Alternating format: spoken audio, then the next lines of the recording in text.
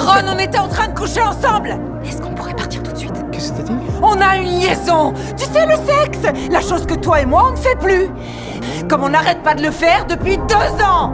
Cass et Milan ont eu un terrible accident de voiture. Ils sont immédiatement transportés à l'hôpital. Les médecins demandaient ce qu'il s'est passé. Cass avait eu l'expression de mort à l'arrière de la voiture. Et couteaux ont accidentellement touché le frein en main. La voiture de Cass a alors dévalé la pinte, avant de percuter Sia de Milan de plein fouet.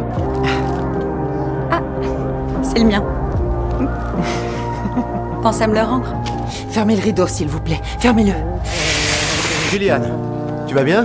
Aaron se précipite aussitôt auprès de Milan. Il lui a demandé avec inquiétude si elle a été blessée dans l'accident. Milan répond qu'il a juste un gros mal de tête. Aaron décide immédiatement de porter plainte contre Cass. Il sait que sa femme et Cass sont réciproques. Mais puisque Cass est responsable de l'accident, il estime qu'il doit payer pour les dégâts. À ce moment, les médecins annoncent que Milan doit passer un scan. Dans la salle d'examen, Milan explique aux médecins que sa tête lui fait atrocement mal. Mais le scan ne montre aucune anomalie. Aaron insistant, il veut bien que Milan souffre énormément. Alors pourquoi les résultats paraissent normaux? Les médecins décident finalement de garder Milan à l'hôpital pour la passer sous surveillance. Aaron revient encore sur l'accident. Pour lui, tout est la faute de Cass. Il exige alors que sa femme ne revoie plus jamais Cass. Aaron, on était en train de coucher ensemble.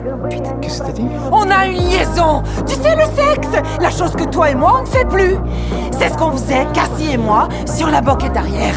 Comme on n'arrête pas de le faire depuis 2 ans. 2 ans. Tu as d'autres questions?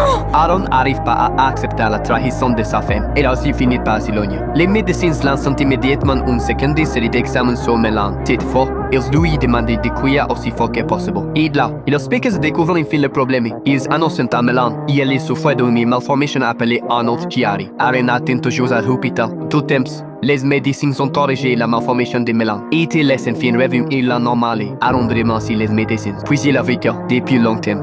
Il sentait que quelque chose allait passer sa femme. Mais il avait trop peur de la perdre. Alors il n'a jamais rien dit. Et au final, il la croit même pas dû. Après avoir appris que sa femme s'en est sauvée, Aaron quitte finalement l'hôpital.